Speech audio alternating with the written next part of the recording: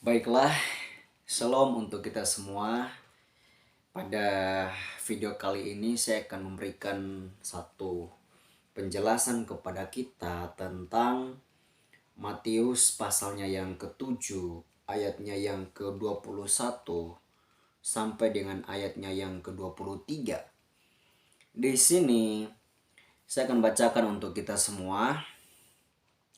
Bukan setiap orang yang berseru kepadaku, Tuhan, Tuhan, akan masuk ke dalam kerajaan sorga, melainkan dia yang melakukan kehendak Bapakku yang di sorga.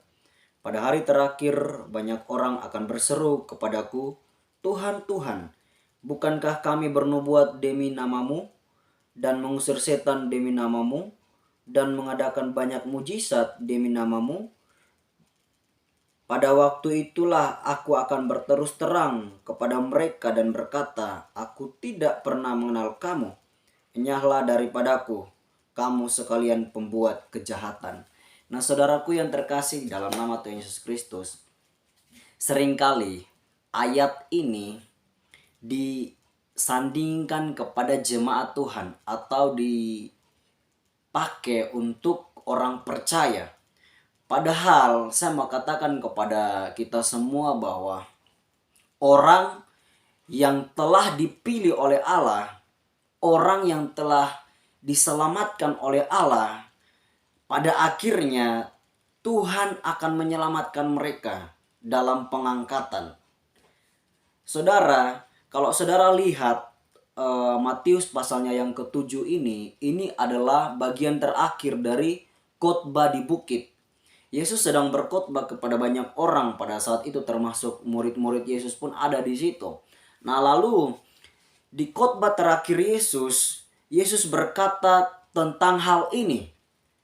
Kenapa Yesus mau berkata tentang hal ini? Di ayatnya yang waspadalah terhadap nabi-nabi palsu yang datang kepadamu dengan menyamar seperti domba, tetapi sesungguhnya mereka adalah serigala yang buas.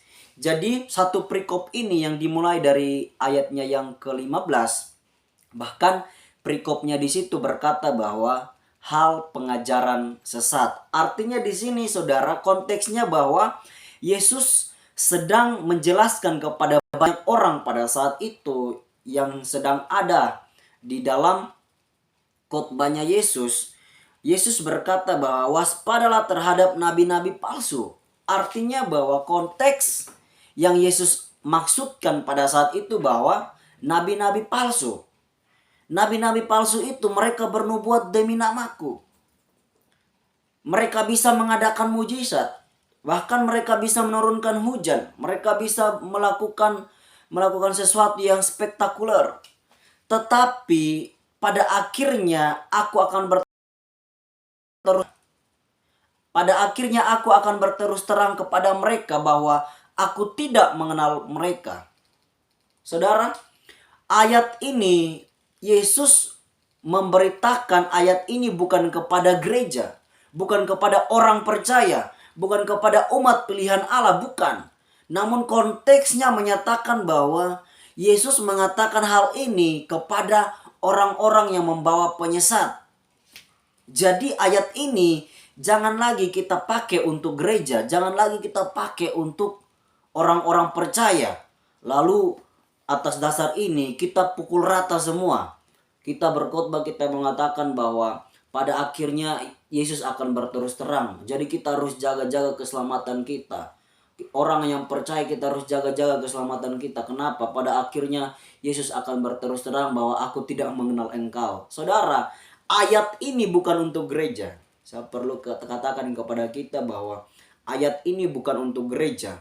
Ayat ini konteksnya mengatakan bahwa ayat ini Yesus katakan kepada mereka, nabi-nabi palsu yang menyamar seperti domba, tetapi sesungguhnya mereka adalah serigala yang buas, yang datang menyesatkan orang-orang percaya. Meskipun mereka datang mengatakan kepada orang percaya bahwa aku bisa melakukan mujizat, aku bisa melakukan sesuatu yang spektakuler dengan membawa nama Tuhan. Saudara, tapi Yesus berkata bahwa mereka itu nabi palsu. Walaupun mereka melakukan mujizat, mereka bernubuat, tapi pada akhirnya aku akan berterus terang kepada mereka bahwa aku tidak mengenal mereka, aku tidak mengenal engkau. Itulah konteks yang benar di dalam konteks Matius pasalnya yang ke-7 ayatnya yang ke-15 sampai dengan ayatnya yang ke-23 ini, yaitu kepada pengajaran sesat. Jadi ayat ini bukan untuk gereja. Jadi ayat yang untuk gereja, saya mau katakan kepada kita bahwa di dalam Efesus pasal pasalnya yang pertama, ayatnya yang ketiga sampai dengan ayatnya yang ke-14. Dia berkata begini, kekayaan orang-orang terpilih. Artinya begini, ini konteks ini adalah untuk gereja, untuk orang yang percaya. Paulus berkata di situ adalah kekayaan orang-orang terpilih. Jadi Paulus berkata bahwa ini adalah orang-orang yang sudah dipilih Allah dari semula, dari kekekalan masa lampau sampai kepada kekekalan yang akan datang. Allah sudah memilih mereka untuk diselamatkan. Artinya begini, mereka yang sudah diselamatkan, mereka itu jugalah yang sudah dipilih Allah dari kekekalan. Allah telah memilih mereka, yaitu orang percaya atau gereja Tuhan.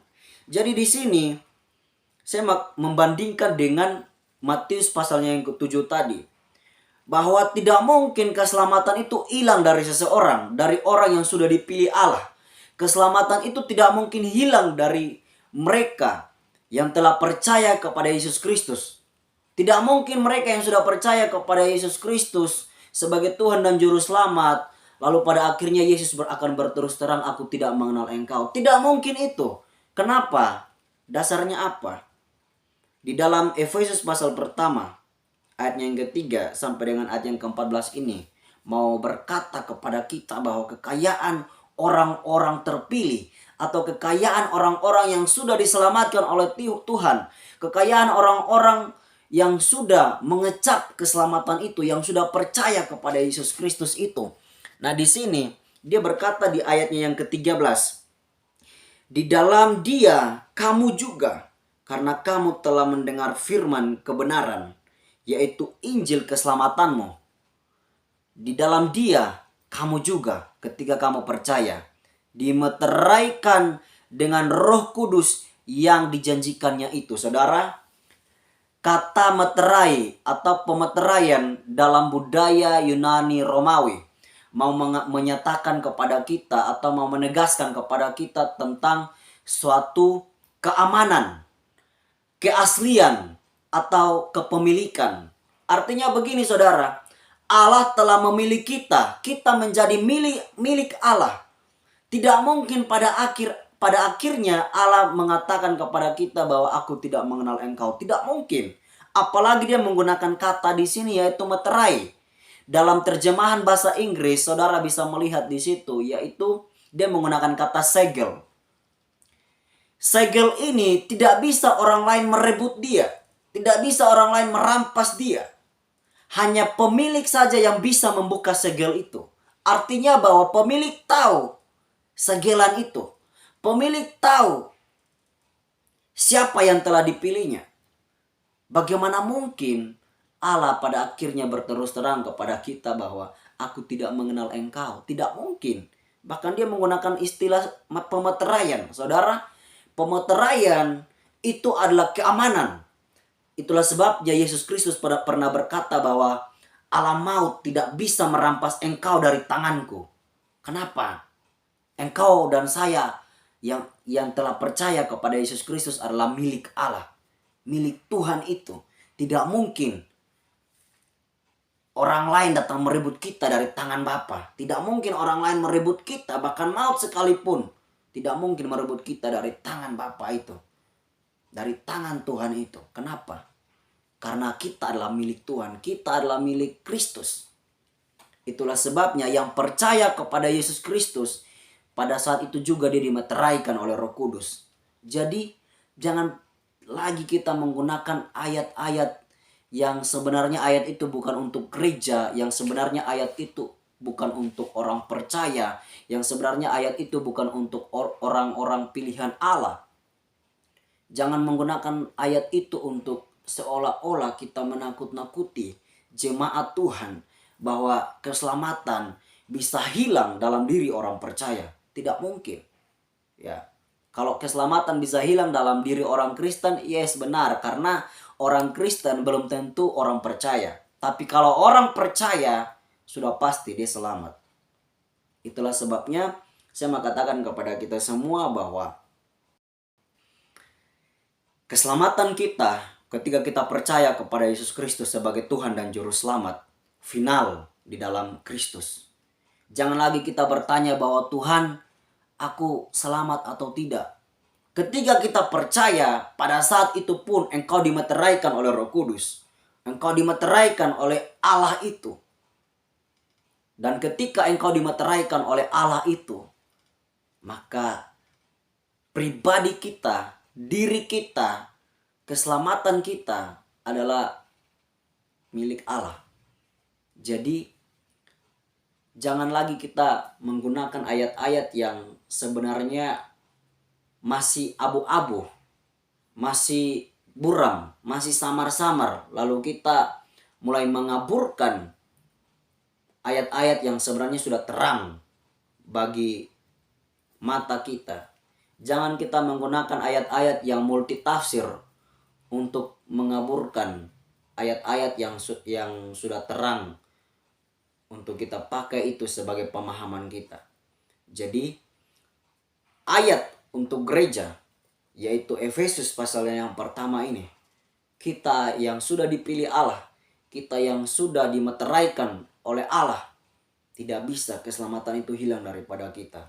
Tidak bisa pada akhirnya Allah akan berterus terang bahwa aku tidak mengenal engkau. Tidak, saudara.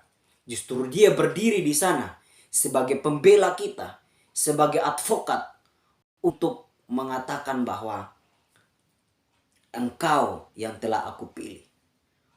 Engkau berhak masuk bersama dengan aku ke dalam surga. Jadi keselamatan kita yang percaya di dalam Yesus, final di dalam Yesus Kristus. Kita dimeteraikan oleh Roh Kudus. Sedikit pemahaman untuk kita, kiranya memberkati semua. Thank you. God bless.